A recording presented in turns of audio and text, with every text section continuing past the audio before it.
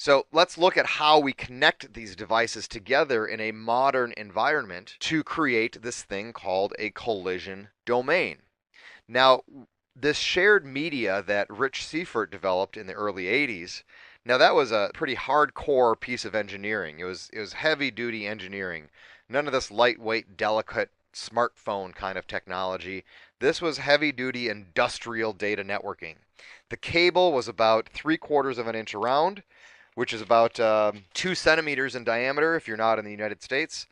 And they use these devices called vampire taps in order to clamp onto them. And actually, the cordless drill, some of the first nerds in the world to have cordless drills were actually network engineers because they needed a drill actually to attach into this wire. It was so big. And they used this device called a vampire tap. And the vampire tap itself was pretty big too.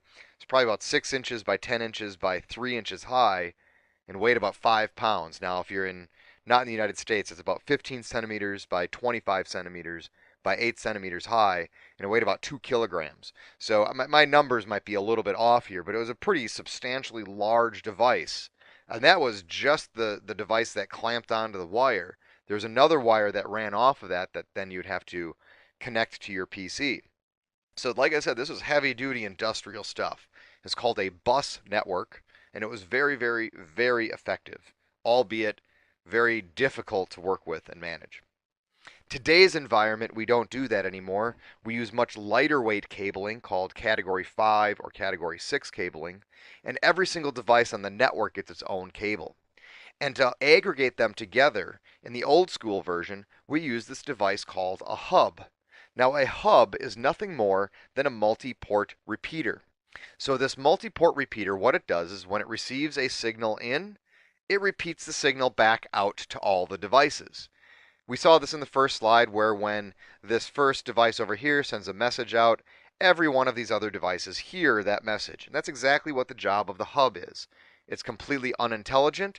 All it does is if it receives a 5-volt pulse on a wire, it repeats that 5-volt pulse out the same wire out all the other devices. So what we call this then is a collision domain. What it means is that any one of these devices can send 5 volts onto the wire. At the same time, another device is sending 5 volts on the wire, which will cause a voltage spike, which will cause a collision, which will shut the network down momentarily until the devices wait a random period of time and then retransmit.